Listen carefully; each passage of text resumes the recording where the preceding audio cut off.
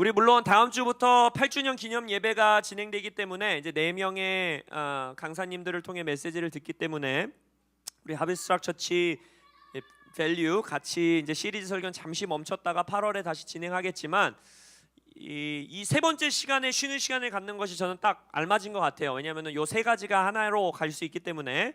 자, 기억하는지 보겠습니다. 우리 첫 번째 HRC 하비스트락의 같이 첫 번째 뭐였죠? 네, 이럴 줄 알고 이쯤에서 제가 한번 복습하는 겁니다. 하나님 나라 복음 기억하십니까? 킹덤 가스펠 할렐루야. 네, 두 번째 뭐였죠? 지지난주 가정, 그죠? 패밀리, 가정을 회복하는 교회. 그리고 이번 주 세 번째 가치는 여러분들과 나눌 것은 다음 세대, 넥스트 제너레이션입니다. 할렐루야. 그래서 다음 세대가 저렇게 소리치는 교회가 아름다운 교회입니다. 할렐루야. 그래서 우리 다음 세대에 대한 말씀 여러분들과 오늘 나누기를 원합니다.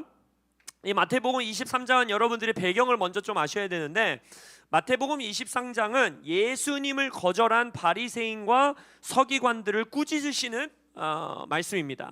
그러니까 실은 유대인들이라면, 예수를 기다리던 특히 바리새인들이라면, 서기관들이라면 누구보다 율법을 연구하고 말씀을 연구하는 자들이었기 때문에 예수님이 메시아로 이 땅에 오셨을 때 누구보다 환영하고 누구보다 예수님을 맞이했어야 되는 자들인데, 그들이 오히려 예수님을 거절하고 예수님을 적대시하는 모습을 보면서 예수님이 바리새인들과 서기관들을 꾸짖는 말씀을 23장 처음부터 끝까지 쫙 엄청 혼내세요. 엄청 뭐라고 하신 이후에 이 2절 3절에 보면은 그걸 한마디로 요약하시는데, 서기관과 바리새인들을 모세의 자리에 앉았으니 이렇게 말하는 거예요. 그러므로 무엇이든지 그들이 말하는 바는 행하고 지켜라. 그러니까 바리새인과 서기관들이 모세의 율법에 대해서 전하는 그 말씀, 그 말은 다 지켜라. 그러나 그들이 하는 행위는 본받지 말라. 그들은 말만 하고 행하지 아니하는 자들이다 라고 말해요. 가식하는 자여 라고 말하죠. 위선하는 자여 라고 말하죠. 그래서 초림하신 예수님을 거절하는 자들을 향하여 오늘 본문 말씀에 보면 너희의 집이, 예루살렘이, 유대인들의 집이 황폐하여지고 버려진 바 될 것이다 라고 책망의 메시지를 전하죠. 그리고 오늘 본문 마지막 구절은 뭐예요? 내가 너희에게 이르노니 이제부터 너희는 찬송하리로다 주의 이름으로 오시는 이여 할 때까지 나를 보지 못하리라. 이거 뭐예요? 재림의 때를 지금 예언하고 계시는 거죠. 그러니까 이 말씀은요, 단순히 유대인들, 예수를 믿지 않았던 바리새인들과 서기관들을 향해서만 말씀하고 계시는 것이 아니라 이 결론부에서는 재림의 때를 선포하시면서 재림을 준비하는 이 땅을 살아가는 우리 모두에게 전하시는 메시지로 전하고 계시는 메시지입니다. 자, 초림 때에 예수를 거절했던 예루살렘과 그들을 향하여, 유대인들을 향하여 너희들은 황폐하고 버려진 바 될 것이다. 예루살렘이여, 이 성읍이여, 이 도시여, 이 나라여, 황폐하고 버려진 바 될 것이다 라고 말했어요. 그렇다면 이 황폐하고 버려진 바 되겠다라고 책망하시는 근거가 이 말씀에 있어야겠죠. 예수님이 밑도 끝도 없이 너네는 황폐하고 버려진 바 될 거야 하지 않을 거잖아요. 그죠? 첫째는 예수님을 거절한 거죠. 너희들에게 보내신 선지자들을 거절했다. 하나님의 말씀을 거절했고, 말씀이 육신을 입어 너희들에게 온 나를 거절했기 때문에. 지만 오늘 본문 말씀에서는 그것만 말씀하시진 않으십니다. 예수님을 거절했을 뿐만 아니라 오늘 본문 말씀 37절에 보면 예루살렘아 예루살렘아 선지자들을 죽이고 내게 파송된 자들을 돌로 치는 자, 이건 이제 예수님 얘기고 그 전에 왔었던 선지자들에 대한 얘기죠. 예수님을 죽일 것을 지금 미리 예견하여 말씀하고 계시는 거죠. 그렇기 때문에 너희 집이 황폐하여 버려진 바 되겠다라는 거예요. 근데 거기서 멈추지 않고 뭐라고 합니까? 암탉이 그 새끼를 날개 아래 모음과 같이 내가 너의 자녀들을 모으려 한 일이 몇 번이나 있었냐. 너희들의 자녀 세대를 내 날개 아래 모으라고 너희들에게 요청한 게 도대체 몇 번이냐 꾸짖죠. 근데 뭐라 그래요? 그러나 너희가 그것을 원하지 아니하였다 라고 말해요. 다음 세대를 하나님의 날개 아래 모으려고 했었던 하나님의 요청을 거절했던 것, 원하지 않았던 것, 그것이 바로 황폐하여 버려진 땅과 나라와 도시와 세대와 가정이 되는 것임을 예수님은 이 땅에서 선포하고 계시다는 거예요. 자, 그럼 역으로 우리가 주여 어서 오십시오, 주의 이름으로 오시는 이여 오십시오 라고 말하는 때, 이 재림의 때를 그 다음 구절에 말하고 계시는데, 그 때를 준비하며 여러분들 삶을 살아가는 것이 그리스도의 삶 아닙니까? 할렐루야. 여러분들 예수님의 재림의 때 그 길을 예비하시는 자들로 살아가시길 축복합니다. 그러한 자들이 그렇다면 황폐하여 벌어진 땅, 황폐하여 벌어진 교회, 황폐하여 벌어진 나라와 도시 세대가 아닌 예수의 재림을 준비하는 세대, 예수의 재림을 준비하는 교회, 예수의 재림을 기뻐하는 나라로 살아가기 위해서 우리가 해야 되는 것은 뭐겠어요? 첫째로 예수님을 당연히 기다려야 되죠. 선지자들을 돌로 치고 내가 너희들에게 왔는데 나를 돌로 친 자여 라고 했기 때문에 그건 기본이죠. 근데 두 번째 우리가 해야 될 일이 뭐예요? 우리의 자녀 세대를, 우리의 다음 세대들을 어떻게 해야 돼요? 하나님의 날개 아래 모아야 하는 것입니다. 즉 다음 세대를 사랑하고 그들을 하나님께로 이끄는 것은 절대 한 교회의 어떤 일부 사역 1, 2, 3, 4, 5번 중에 1번, 2번 이게 아니고, 다음 세대 사역에 대한 기름 부으심이 있는 노래 잘하는 전도사님, 음악 잘하는 목사님, 젊은 목사님, 젊은 강도사님들, 그러한 특정 사역자들만을 위한 부르심이 아닌 것입니다. 예수님의 재림을 준비하는 모든 성도들의 부르심은 무엇이냐? 우리의 자녀 세대를 하나님의 날개 아래 모으는 것입니다. 하나님은 스스로를 소개하기를 나는 아브라함과 이삭과 야곱의 하나님이다. 그리고 성경 곳곳에서 나는 너희 선조들의 하나님, 너희의 아버지 다윗의 하나님, 나는 너희들의 아버지들의 하나님이다 라고 말씀하시죠. 이건 결국 무슨 말씀이십니까? 하나님 스스로 선포해 주시는 거예요. 나 하나님은 특정한 한 세대에서만 일하는 하나님이 아니라 세대와 세대를 통하여 일하고, 세대와 세대를 통하여 내 역사를 이루어가고, 세대와 세대를 통하여 내 아들 예수 그리스도의 오실 길을 준비하는 아버지 하나님이다 라고 우리에게 선포하고 계시다는 거예요. 하나님은 너무나 크고 위대하신 분이시고, 하나님의 인류 구속사의 이 계획은 너무나 광대한 계획이기 때문에 어떤 한 사람이, 한 교회가, 한 교단이, 더 나아가 한 세대가 담아낼 수 있는 하나님 나라의 역사가 아닙니다. 이것은 세대와 세대에 걸쳐 우리가 담아내야 하는 하나님의 역사임을 믿습니다. 하나님께서 우리가 지난주에 가정에 대한 가치를, 지지난주에 가정에 대한 가치를 나누면서 쉐마 이스라엘, 이스라엘을 들으라 하면서 가장 그 유명한 신명기 말씀을 선포할 때 자녀 교육의 가장 핵심이 뭐였습니까? 다음 세대의 교육의 핵심이 뭐였습니까? 하나님이 행하신 일들을 그들에게 가르쳐 지켜 행하게 하라는 거예요. 가르치고 지켜 행하게 하는 것, 기억하게 하는 것, 암송하게 하는 것. 성경 곳곳에서 하나님이 뭐라고 합니까? 너희들의 선조 때에 내가 어떻게 일했는지 기억해라. 그리고 너희들의 세대에 내가 어떻게 일했는지 자녀 세대에게 말해줘라 라고 말하죠. 출애굽할 때 내가 어떻게 일했는지, 홍해를 가를 때 내가 어떻게 일했는지, 요단강 건널 때 내가 어떻게 일했는지. 여기 있는 자녀 세대 여러분들, 만약 내가 믿음의 가정에서 태어났다면 나의 윗세대 부모님과 할머니 할아버지 세대 가운데 하나님이 어떻게 그들의 삶을 구원하셨고, 하나님이 그들의 삶의 어려운 시간에 어떻게 도와주셨고, 그러한 이야기들, 스토리를 알고 계세요? 그게 여러분들의 믿음의 유산이고 유업입니다. 그게 여러분들의 힘이에요. 만약 저는 제가 1대인데요, 저희 가문에서 저만 믿는데요, 저희 부모님 믿지 않는데요, 그럼 교회 장로님, 권사님 붙들고 대화하셔야 돼요.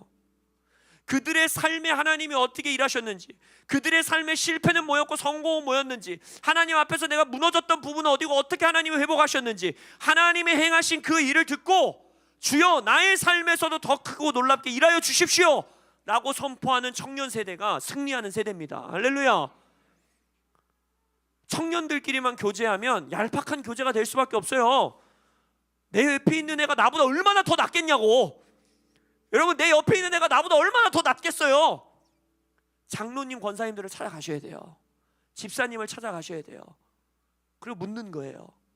어떻게 일하셨어요? 하나님 어떻게 만나셨어요? 결혼은 어떻게 하셨어요? 하나님이 어떻게 컨펌해 주셨어요? 직장은 어떻게 찾으셨어요? 사업은 어떻게 시작하셨어요? 실패하셨을 때도 어떻게 그러셨어요? 어떻게 회복하셨어요? 하나님께 어떻게 이끌림 받고 계세요? 그러한 질문들을 하고 들으셔야 돼요. 그게 하나님이 일하시는 방식입니다.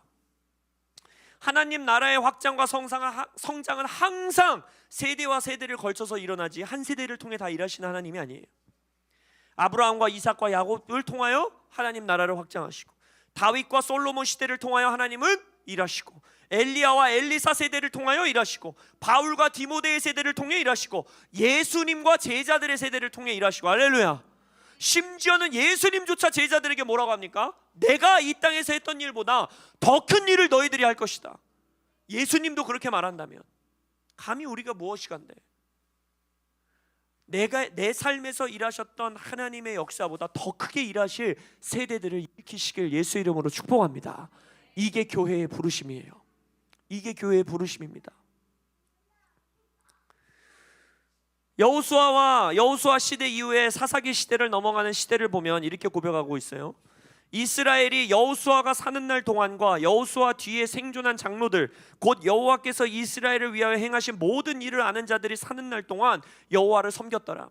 우리는 물론 뒤에 사사기 이야기를 알기 때문에 이거를 되게 부정적인 시선을 가지고만 바라봅니다. 어이구, 여호수아 돌아가시니까, 어이구, 여호수아 시대의 장로님들 다 돌아가시고 나니까 너네 하나님 떠났지? 라고만 생각하는데, 저는 이것을 저의 삶의 모토로 삼습니다. 내가 살아있는 동안은 내 다음 세대들이 여호와를 섬기기를 예수 이름으로 선포합니다. 제가 이 땅에서 숨붙이고 있는 동안은 내 자녀와 우리의 다음 세대들이 여호와를 섬기는 그러한 자로 쓰임받기를 원합니다. 이 방 안에 있는 모든 장년 세대, 청년 세대, 내 숨이 붙어있는 동안은 우리의 이 나라와 이 도시와 우리 교회의 자녀들이 하나님을 경배하는 자들로 세워지도록 그렇게 내 삶을 써주십시오 라는 갈망을 품으시기 바랍니다. 그러나 이게 거기서 멈추면 안 된다는 거죠. 바로 사사시대가 열리면서 어떤 선포를 하십니까? 그 세대의 사람도 다 그 조상들에게로 돌아갔고, 여호수아와 하나님의 놀라우신 정복전쟁을 경험했던 장로의 세대가 조상들에게 다 돌아갔는데, 그 후에 그들 뒤에 오는 next generation, 다음 세대를 일으키지 못하고 그 후에 일어난 어떤 세대가 일어나요? different generation, 다른 세대가 일어나게 되는 거예요. 그들은 어떻게 했다고 합니까? 여호와를 알지 못하며 여호와께서 이스라엘을 위하여 행하신 일도 알지 못하였더라.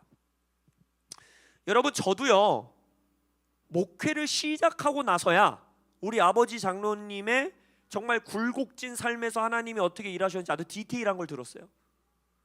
저는 그때 대충격을 먹으면서 이런 생각을 해서, 왜 저걸 빨리 안 말해 주셨을까? 그럼 내가 교회 개척할 때 얼마나 놀라운 이 자산이 됐을까? 근데 다 하나님의 때가 있어서 듣게 하신 거예요. 그 일을 들으면서 저는 뭐가 생각났냐면, 야, 우리 부모님의 삶에서 이렇게 일하신 하나님 정말 위대하시다라는 감사뿐만이 아니라 제 삶에 얼마나 담대함이 생겼는지 몰라요. 내 부모님 세대에 이렇게 일하셨다면 나의 세대에, 그리고 나의 자녀들의 삶의 세대에 절대 하나님은 포기하지 않으신다. 여러분, 자녀들에게 인생의 굴곡에 대한 이야기들을 나누셔야 됩니다. 물론 지혜로우셔야 돼요. 나이대별로 부모가 나눠줄 수 있는 그 깊이와 그 투명성은 가려야 되는 부분들은 가려야겠지만, 내 자녀가 이제 나와 대화가 되는 유스 세대다, 그 위에 청년 세대다라고 했을 때는 나의 삶에서 일하신, 또 굴곡진 삶에서 사망의 음침한 골짜기를 지날 때 하나님이 어떻게 일하셨는지를 전해주셔야 돼요. 그게 바로 뭐라? 다른 세대가 아닌 다음 세대를 일으킬 수 있는 하나님의 무기인 것입니다. 다음 세대를 출산해내지 못하는 세대, 다음 세대가 다른 세대를 출산하는 교회, 그러한 나라는요, 하나님 나라의 걸림돌이 됩니다. 그게 바로 사사시대예요. 각자 소견에 옳은 대로 일하는 세대를 출산하고, 그걸 하나님은 뭐라 그래요? 나와는, 내가 일했던 세대와는 완전히 다른 세대다라고 선포하시는 겁니다.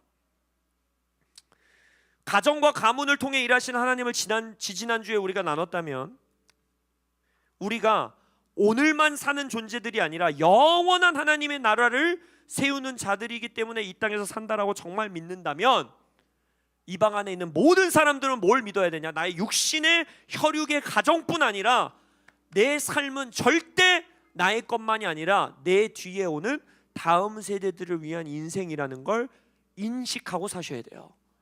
다음 세대를 위해 희생하셔야 되고, 다음 세대를 위해 꿈을 꾸셔야 되고, 다음 세대를 위해 돈 버셔야 되고, 다음 세대를 위해 투자하셔야 되고, 다음 세대를 위해 헌신하셔야 되고, 다음 세대를 위해 사셔야 되는 거예요.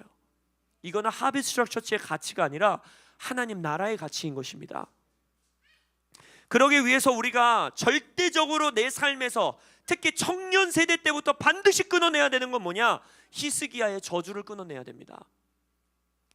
여러분, 히스기야의 이야기를 제가 한번 읽어드릴게요. 열왕기하 18장에 나오는 말씀 한번 들어보십시오.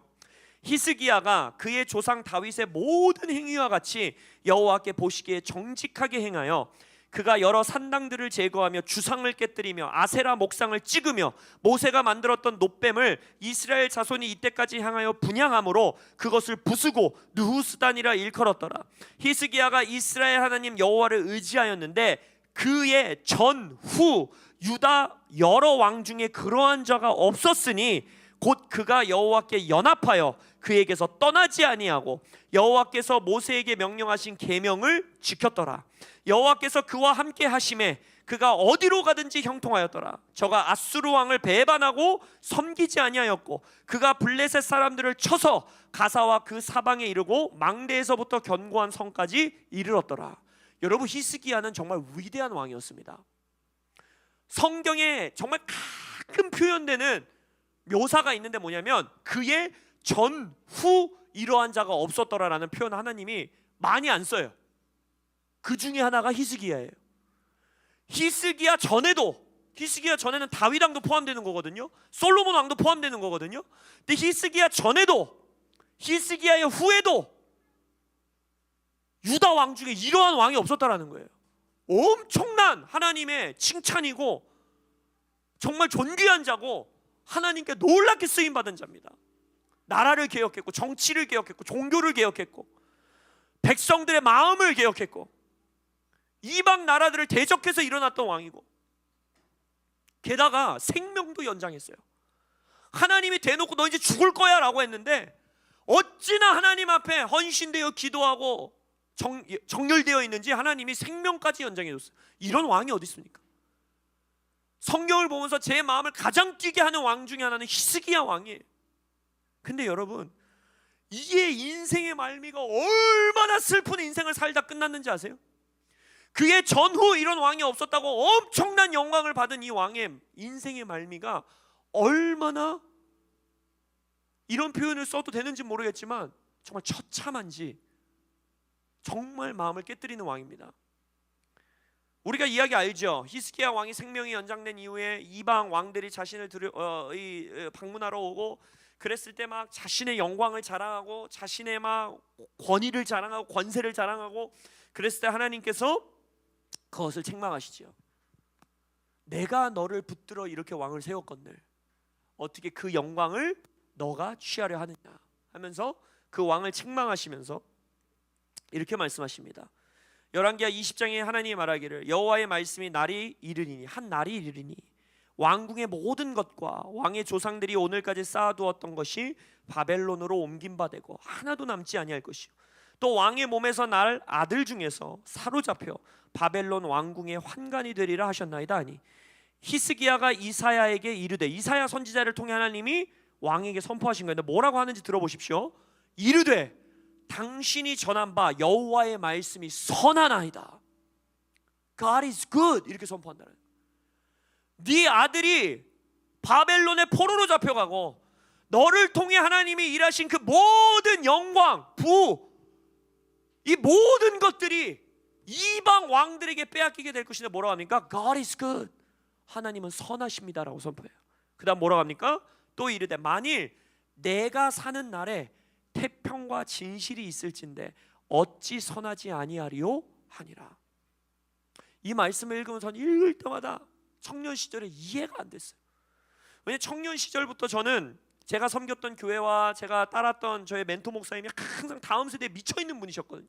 막 다음 세대의 모든 걸 올인하는 교회에서 저는 자라났어요. 그러니까 아니 어떻게 이런 왕이, 아니 그리고 다른 다음 세대도 아니고 남의 자식도 아니고 네 자식이 그렇게 될 것이다 라고 하는데 어찌 이것에 대해서 통탄하는 마음이 없고 회개하지 아니하고 하나님께 돌아가지 아니하고 어떻게 하나님께 울부짖으며 기도하지 않을까, 이게 말이 되나 라는 생각이 있었는데 여러분 그거 아십니까? 우리 모두에게 이 히스기야적인 태도가 남아있어요.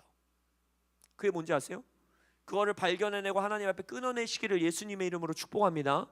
근데 우리의 마음에 이 히스기야의 마음이 어떻게 들어와 있을까요? 만약 하나님이 여러분들에게 나타나서, 저에게 나타나셔서 너의 세대, 너가 살아있는 동안 하베스 사역이 막 부흥하고 다음 세대 사역이 놀랍게 이루어지고 한국의 부흥이 임했다가 필리비의 세대에 모든 게 무너지고 필리비가 저주받는 세대가 될 것이다 라고 하면은 제가 그걸 어떻게 반응하겠어요? 하나님 앞에 무릎 꿇고 기도하고, 하나님 그리하시면 아니 됩니다, 차라리 제가 이게 저주를 내리시고 우리 다음 세대에 보호 주시오, 이게 기도하겠죠. 여러분 모두 그렇게 기도하시길 축복합니다. 하나님이 이렇게 왔을 때 여러분들이 그것을 그렇게 반응하는 사람들, 난 그렇게 반응하지 않을 건데, 다 그렇게 얘기하실 거예요. 근데 그거 아세요? 우리가 그런 드라마틱한 반응은 안 할지 모르지만, 만약 저는 청년들에게 얘기 물어서 너희들이 히스기야의 저주에 빠져 있는지, 그 길에 들어섰는지 안 들어섰는지를 나는 정확하게 분별해낼 수 있다. 그게 뭔지 아세요? 그 청년한테 15분 동안 제 앞에서 기도하라고 하면 돼요. 그리고 그들의 기도의 내용을 들어보면 합니다. 만약 나의 모든 기도가, 그리고 나의 신앙에 대한 포커스가, 내가 하나님을 믿고 살아가는 삶에서의 나의 중심이 나 개인의 삶에만 머물러 있다면, 내 삶의 문제, 내 삶의 어떠함, 나의 직장, 나의 결혼, 내 가정, 내 자녀, 내 삶, 내 직장, 내 재정, 내 꿈, 내 열정에만 머물러 있다면 우리는 이미 히스기야의 길에 들어선 겁니다. 우리가 이 히스기야의 글을 읽으면서 어떻게 저럴 수가 있지라고 하면서, 만약 나의 기도의 시간이, 그리고 나의 재정이, 나의 섬김이, 나의 에너지가, 나의 삶이 나의 삶의 바운더리, 내 가정의 바운더리, 내 사업의 바운더리, 내 재정의 바운더리를 넘어서서 내 뒤에 오는 다음의 세대까지 이어있지 않다면, 내가 하나님 안에서 품고 있는 열정과 꿈이 나의 세대에서 끝나버린다면은, 다음 세대에게 이어져 있지 않다면, 나의 열정과 나의 거룩한 야망이 다음 세대를 위해 품고 있지 않다면, 우리는 이미 히스기야의 저주의 발에 들어선 거예요. 여러분들, 이 히스기야의 저주를 완전히 끊어내시는 하베스트 처치 되시길 예수의 이름으로 선포합니다. 여러분의 삶을 넘어서는 꿈을 꾸셔야 돼요. 여러분들의 재정을 넘어서는 꿈을 꾸셔야 돼요. 여러분들의 가정과 내 삶의 바운드리를 넘어서는 하나님 나라의 열정을 받으셔야 됩니다. 그것이 히스기야의 저주에서 벗어나는 삶이에요. 그렇다면 네 가지로 우리가 그럼 어떻게 그렇게 살아야 됩니까? 히스기야의 저주를 끊어내는 인생은 어떻게 살아야 되는 겁니까를 하나씩 하나씩 빠르게 좀 보기 원합니다. 첫 번째는 다음 세대와 함께 예배의 동행이 있어야 됩니다. 예배의 동행. 아브라함이 이삭을 하나님께서 예물로 바치라고, 산제사로 바치라고 할 때에 아브라함이 이렇게 고백합니다. 아브라함이 이에 번제나무를 가져다가 그의 아들 이삭에게 지우고 자기는 불과 칼을 손에 들고 두 사람이 동행하더니, 이렇게 되어 있어요. 여러분, 이 동행이라는 단어는요, 한 마음이 되어, 이게 두 단어의 조합이거든요. 동행, 우리 한자어로도 두 단어잖아요, 그죠? 이 히브리어도 두 단어의 조합인데, 이거 뭐냐면 일심으로 똑같이 연합되어 하나가 되어 걷고 따르고 자라다라는 뜻이에요. 그러니까 결국 아브라함만 이 길을 걸어간 게 아닙니다. 이삭도 아브라함과 마음이 하나가 되어 이 길을 걸어간 거예요. 제가 여러분들에게 말씀드렸죠. 주일학교 교육의 폐해 중에 여러 가지가 있는데, 그 중에 하나가 이거예요. 주일학교 이 공과 공부 교재를 보면 항상 이 아브라함과 이삭 이야기 나오는데, 그림이 어떻게 그려져 있냐면, 아브라함은 막 이 수염이 막 이렇게 나가지고 막 호호 할아버지 같이 불과 이 칼을 들고 이렇게 올라가고, 이삭은 어때요? 약간 시원이 같이 그려져 있어요. 시원이 같이. 시원이 같은 애가 갑자기 막 나무 한 4개 정도 이렇게 딱 등에 들머지고 막 아장아장 걸어가는 모습으로 그려져 있어요. 그거 완전히 잘못된 겁니다. 그렇지 않아요.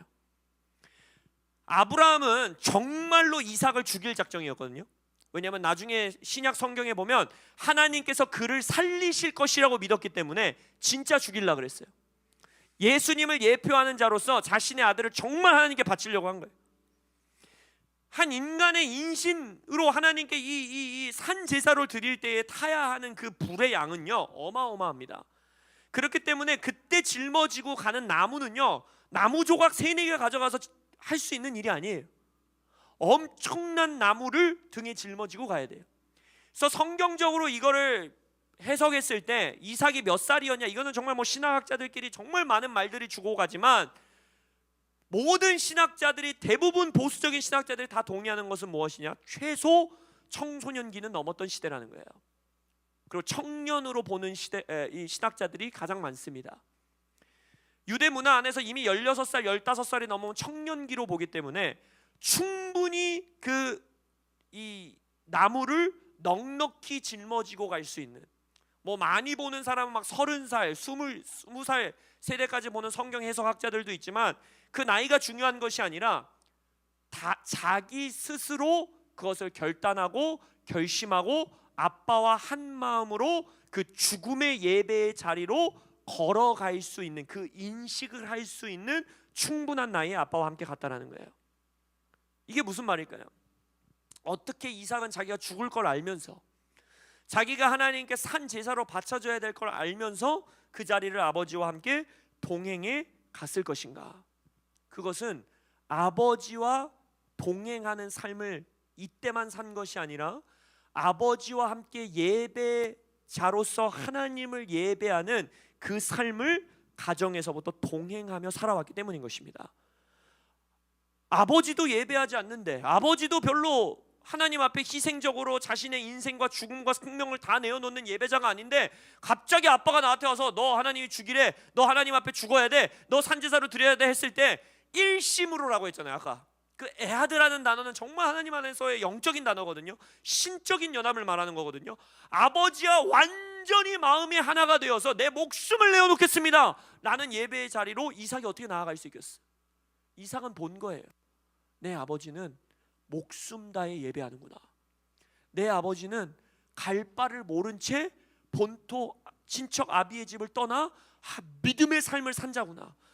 정말 내 아버지는 하나님께 올인되어 있는 아버지구나. 그렇다면 그 아버지가 걸어가는 그 목숨을 내어놓는 예배의 길, 나도 함께 걸어가리라. 여러분, 아이들과 함께 동행에, 예배에 동행을 하시는 우리 모든 성도님들 되시길 예수 이름으로 선포합니다. 그래서 저는 가정 예배를 중시하는 거예요. 그래서 이 교회에선 전 세대 예배를 하는 겁니다. 여러분, 다음 세대들에게, 어린 아이들에게 설교 한 번 더, 강의 한 번 더 하는 걸로 저들이 자라나는 게 아니에요. 옆에서 함께 예배하는 부모 세대와 청년 세대와 이모 삼촌 세대와 언니 오빠 세대를 보면서 그 예배의 자리에 함께 있을 때 이들은 동행하는 예배를 드릴 수 있게 되는 겁니다. 그래서 여러분들 생명 다해 주일마다 예배하셔야 돼요. 일어서기 싫을 때도 다음 세대들과 함께 일어나셔야 되고, 소리 질러 예배하기 싫을 때도 다음 세대와 함께 소리 질러 예배해야 되고, 내가 오늘 노래하고 찬양할 기분이 아니어도 다음 세대들과 함께 뛰며 찬양하는 예배는 가식이 아닙니다. 그것이 바로 동행하는 예배인 것입니다. 청년들이요, 키즈들 손잡고 예배하세요. 자이언트 킬러 와서 함께 예배하세요. 우리 엄마들에게 가서 주일학교 제가 도와드릴 거 없어요? 라고 물어보세요. 우리 정아자매가 어제 우리 여름 성경학교 와가지고 문자 그대로 온몸을 적셔가며 할렐루야, 그 물에 들어가가지고 아이들과 예배하는 그 모습, 여러분 그게 다 동행하는 예배의 일부인 거예요. 그것이 히스기야의 저주에서 벗어날 수 있는 가장 중요한 발걸음입니다. 동행하는 예배, 목숨 걸고 예배하는 세대를 출산하는 우리 교회 되기를 예수 이름으로 선포합니다. 두 번째, 기도와 헌신을 통해 다음 세대를 출산하셔야 됩니다. 기도와 헌신을 통해 다음 세대를 출산하셔야 돼요. 한나와 사무엘의 이야기를 할 것인데, 한나가 살아가던 시대는 사사기 시대 말미였기 때문에 각자 소견에 오른 대로 살아가고 레위인들이 타락하고, 그때 마지막 제사장이었던 엘리 제사장 또한 분별력을 잃었고, 그들의 아들들은 제사장이라고 하면서 타락하고 문란한 생활을 하던 아주 망가질 대로 망가진 이스라엘의 세대를 살아가던 시대였어요. 한나도 처음에는 그저 자신의 삶의 원통함 때문에 주님 앞에 나옵니다. 분인나, 나의 남편의 또 다른 아내가 자기는 아들을 낳았다고 나를 어찌나 핍박하고 모질게 굴고 나를 놀리고 수치감 있게 하고, 그래서 내 삶의 문제 해결해 달라고 하나님 앞에 기도했던 거예요. 처음에는. 그러니까 여러분, 내 삶에 국한된 기도라도 기도를 일단 시작하세요. 할렐루야. 나의 삶을 벗어나는 기도를 하기 위해서는 기도를 시작하셔야 됩니다. 처음부터 위대하고 거창한 기도를 하는 사람은 없어요. 내 삶의 원통함 때문에, 내 삶의 문제 때문에, 내 삶의 어떤 분노 때문에, 내 삶의 어려움 때문에 주님 앞에 나와 기도할지어다. 할렐루야. 하나님은 그렇게 기도하는 자의 기도를 결국에는 다음 세대를 출산하는 기도에까지 이끌어 가십니다. 게다가 그냥 다음 세대도 아니고 사사시대에서 왕정시대로 하나님의 마음에 합한 다윗 왕을 세우는 놀라운 새로운 시대의 전환을 가져오는 위대한 선지자를 내 원통함 때문에 하나님 앞에 기도하러 나온 한 여인을 통해 받아내시는 것입니다. 사무엘상 1장에 한나가 마음이 괴로워서 여호와께 기도하고 통곡하며 서원하여 이르되 만군의 여호와여, 만일 주의 여종의 고통을 돌아보시고 나를 기억하사 주의 여종을 잊지 아니하시고 주의 여종에게 아들을 주시면 내가 그의 평생에 그를 여호와께 드리고 삭도를 그의 머리에 대지 아니하겠나이다. 이게 나시린의 세대를 출산하는 기도입니다. 다음 세대를 위해 헌신하며 기도로 다음 세대를 출산하시기를 축복합니다. 이 말씀이 여기서 끝나지 않고 놀라운 것은 사무엘상 1장 26절에서 28절에 보면 한나가 이르되 나는 여기서 서서 여호와께 기도하던 여자라. 이 아이를 위하여 내가 기도하였더니 내가 구하여 기도한 바를 여호와께서 내게 허락하신지라. 그러므로 나도 그를 여호와께 드리되 그의 평생을 여호와께 드리나이다 하고, 그가, 여기서 그는 누구예요? 사무엘이죠. 그가 거기서 여호와께 경배하니라. 나시린의 세대를, 하나님께서 시대의 전환을 가져올 수 있는 놀라운 쓰임 받을 수 있는 다음 세대를 기도와 헌신으로 출산해내게 되면은 그 다음 세대는요, 나의 부모 세대가, 나의 윗세대가 하나님께 기도하며 씨름한 그 장소에서 여호와께 경배하게 되고 여호와 앞에서 부르심을 받게 되고 또 여호와밖에 쓰임 받는 자로 일어나는 것입니다. 그가 거기서, 이 거기서가 어디냐는 거예요. 거기서 여호와께 경배하니라. 사무엘이 거기서 여호와께 경배하니라. 이 거기서가 어디냐는 거예요. 바로 한나가 서서 여호와께 기도하던 자리인 것입니다. 우리 청년 세대가 그러한 자이언트 킬러 세대를 출산해내길 원하고, 우리 어머님 세대가 그러한 다음 세대들을 출산해내길 원하고, 우리 아비 세대가 그러한 다음 세대들을 기도와 헌신의 자리에서 출산해내기를 예수의 이름으로 선포합니다. 세 번째, 우리가 히스기야의 저주에서 벗어나 다음 세대를 세워나가는 자들이 되기 위해서는 나의 삶이 다음 세대에게 영향을 끼침을 인식하며 살아가야 됩니다. 아브라함에게 하나님이 선포하시기를 이르시되 여호와께서 이르시기를 내가 나를 가리켜 맹세하노니 네가 이같이 행하여 네 아들 내 목자도 아끼지 아니하였은즉 내가 내게 큰 복을 주고 내 씨가 크게 번성하여 하늘의 별과 같고 바닷가의 모래와 같게 하리니 내 씨가 그 대적의 성문을 차지하리라. 또 내 씨로 말미암아 천하 만민이 복을 받으리니 이는 네가 나의 말을 준행하였음이라 하셨다 하니라. 자, 보세요. 아브라함이 자기의 자식을 죽게 바칠 만큼 하나님의 말씀을 준행하고 순복하고 순종한 그의 삶을 통해 하나님이 뭘 약속하십니까? 너의 다음 세대를 통해, 너의 다음 세대가 번성할 것이고, 너의 다음 세대가 대적의 성문을 차지할 것이고, 너의 다음 세대가 다음 세대로 말미암아 천하 만민이 복을 받을 것이다. 결국 나의 오늘의 순종이 나의 뒤에 오는 나의 자녀, 그리고 자녀의 자녀, 그리고 먼 미래의 다음 세대까지 영향을 미친다라는 걸 믿음으로 취하셔야 돼요. 나의 순종은 절대 작은 순종이 아닙니다. 나의 섬김은 절대 작은 섬김이 아닙니다. 지금 당장은 내가 나의 그냥 오늘 간증도 나왔지만 우리 부부의 씨름인 것 같지만 우리 부부가 더 아름다운 하나님의 가정으로 일어나리라 하는 그 씨름은요, 당장의 내 지금의 육신의 자녀들뿐만 아니라 나의 뒤에 오는 세대에게까지 영향을 미친다라는 믿음을 가지고 살아가셔야 돼요. 그리야 할 때 내 삶에, 내 하루에 대한 열정이 생깁니다. 내 하루는 의미 없는 하루가 아니구나. 나의 작은 순종은 의미 없는 순종이 아니구나. 이것을 통해 놀라운 다음 세대, 대적의 성문을 취하는 세대가 일어날 수 있구나. 얼마나 감격스럽습니까? 아무도 알아주지 않는 것 같은 내 순종을 하나님이 취하셔서 대적의 성문을 취하는 다음 세대들이 일으킬 수 있다면 오늘 하루 살아갈 만한 가치가 있지 않습니까? 그러한 하루를 사셔야 돼요. 특별히 우리 장로님, 권사님 세대를 위해 이 말씀을 선포합니다. 그 후에 내가 내 영을 만민에게 부어주리니 너희 자녀들이 장래일을 말할 것이요 너희 늙은이들은 꿈을 꾸며 너희 젊은이는 이상을 볼 것이라. 하나님 나라의 말씀의 이 유대 히브리 문화 안에서는요, 이 말씀을 말하실 때 중간에 끼워놓는, 마치 햄버거 같이 중간에 끼워놓는 말씀이 핵심 구절이고 가장 중요한 말씀입니다. 너희 자녀들이 예언할 것이요 장래일을 말할 것이요 너희의 청년들이, 젊은이들이 환상을 보고 비전을 품고 이상을 볼 것이다. 이 두 가지 중간에 끼어있는 말씀이 무엇입니까? 늙은이들이, 장로들이, 권사들이, 부모들이 어떻게 한다는 거예요? 꿈을 꿀 것이다. 꿈을 꾸는 부모 세대가 있을 때 예언하는 자녀 세대들이 일어나고 비전을 갖는 청년 세대들이 일어나는 것입니다. 여러분, 하나님 나라에서 retirement, 은퇴가 없습니다. 하나님 나라에서는 refirement, 불을 다시 받는 일만 있는 거예요. 절대 이 교회에서 아이고 제가 이 나이에 무슨, 이 말은 끊어질 것을 예수 이름으로 선포합니다. 그 나이이시기 때문에 꿈꾸셔야 돼요. 그 연세가 되셨기 때문에 꿈꿔야 합니다. 뭘 꿈꾸시겠어요? 그때 부귀 영화를 누리기 위한 꿈을 꾸시겠어요? 그 꿈 꾸셔야 돼요. 왜 꾸셔야 되는지 아세요? 다음 세대를 위해 꿈꾸셔야 됩니다. 다음 세대를 위해 꿈꾸셔야 돼요.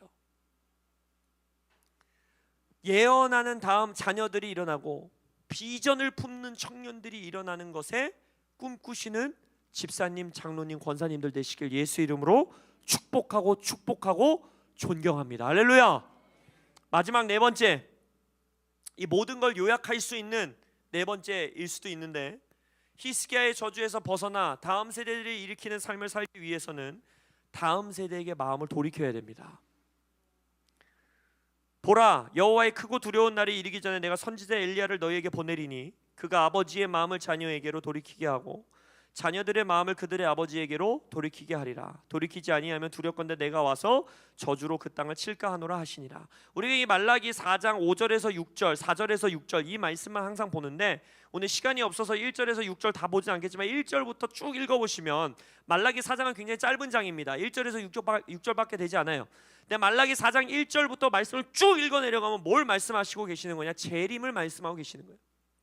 재림에 관한 예언입니다. 재림을 준비하는 자들은 그래서 이 말씀이 얼마나 무거운 말씀인지를 아는 거예요. 예수님이 다시 이 땅에 오셨을 때 돌이키지 아니하면 두렵건대 내가 와서 저주로 그 땅을 칠까 하노라, 이 말은요 마지막 심판을 말하는 거예요. 내 나라가, 내 도시가, 내 가정이, 내 가문이, 내 세대가 이 땅의 심판자로 오시는 예수님의 저주가 아닌 예수님의 축복과 양의 나라, 예수님의 착하고 충성된 종으로서의 가문, 가정으로 복받기 위해서 예수님이 가장 핵심적으로 말하는 게 뭐냐? 세대가 세대에게 마음을 돌이키고 연합해야 된다는 거예요. 이건 절대 다음 세대 사역자들만을 위한 말씀이 아닙니다. 이건 모든 예수님의 재림을 준비하는 성도들을 위한 말씀이에요. 내 마음을 다음 세대에게로 돌이켜야 되고, 이곳에 있는 청년들이요 부모 세대에게, 장년 세대에게 여러분들의 마음을 돌이켜야 됩니다. 유업을 향한 갈망이 있어야 돼요. 영적 유산을 향한 갈망이 있어야 돼요. 그리고 또한 부모 세대는 다음 세대를 위해 모든 것을 쏟아 부으셔야 됩니다.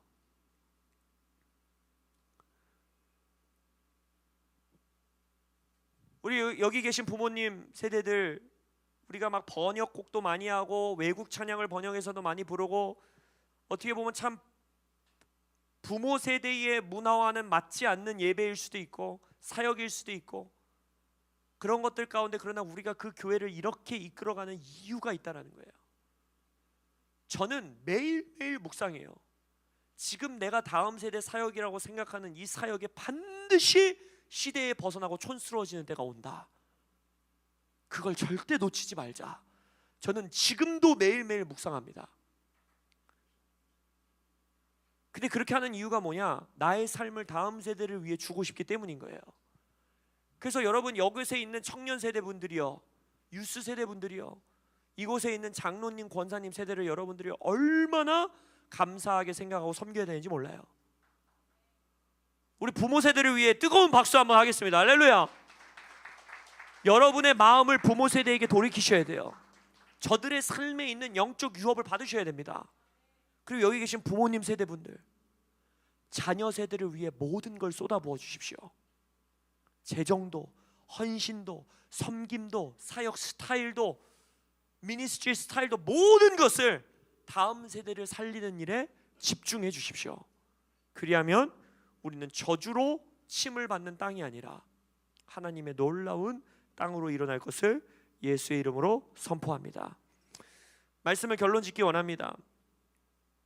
지지난주에 가정에 대한 메시지를 전할 때도 말씀드렸지만, 물론 이 모든 것은 육신의 가문, 육신의 가정에서 시작되는 것이 많습니다. 하나님도 아담과 하와를 하나님의 모양과 형상대로 창조하시고 가정을 이루게 하셨기 때문에 내 육신의 가정에서 시작되는 것이지만, 또한 기억하셔야 되는 건 이 말씀은 영적 교회 안에서 완성되는 것입니다. 그렇기 때문에 반복적으로 말씀드리지만, 저는 믿음의 일대인데요, 저희 가문은 하나님을 믿는 가문이 아닌데요, 괜찮아요. 영적인 가정 안에서 여러분들이 이 복을 누리시면 되는 겁니다. 엘리야도 엘리사를 나의 아들로 불렀고, 엘리사는 엘리야를 나의 아버지여 아버지여라고 불렀고, 바울은 디모데와 유다를 나의 아들이여라고 명하고 있고, 디모데와 유다는 바울을 나의 아버지여라고 부르고 있습니다. 그들이 육신의 가정이어서 그렇게 부른 게 아니에요. 그래서 청년 세대들, 아직 내가 결혼하지 않았고 가정을 이루지 않았다 할지라도 나의 다음 세대들을 위해 이 꿈을 꾸시기를 축복합니다. 그래서 우리 교회가 이루고 있는 네트워크는요, 영적 아비의 기름 부으심을 받는 것을 그렇게 강조하는 거예요. 이거는 어떤 우리 아비 사역자를 우상화하는 것이 절대 아닙니다. 그가 하는 일이 다 옳다 이렇게 말하고 있는 게 아니에요. 하나님은 세대와 세대를 통해 일하시는 걸 우리 믿기 때문에 우리의 영적 아비 세대를 통해 우리 세대에게 역사하실 것이 있음을 우리는 신뢰하는 겁니다. 그리고 우리 뒤에 오는 또 다른 개척되는 교회들, 또 다른 파송되는 일터 교회들, 그 교회들 안에서도 이 세대와 세대를 걸쳐 일하는 하나님의 역사가 있으시기를 예수의 이름으로 선언하고 선포합니다. 다음 세대를 향한 갈망, 다음 세대를 향한 마음을 돌이키는 일에 함께 하시는 여러분들 되시길 예수의 이름으로 선포합니다. 아멘. 기도하시겠습니다.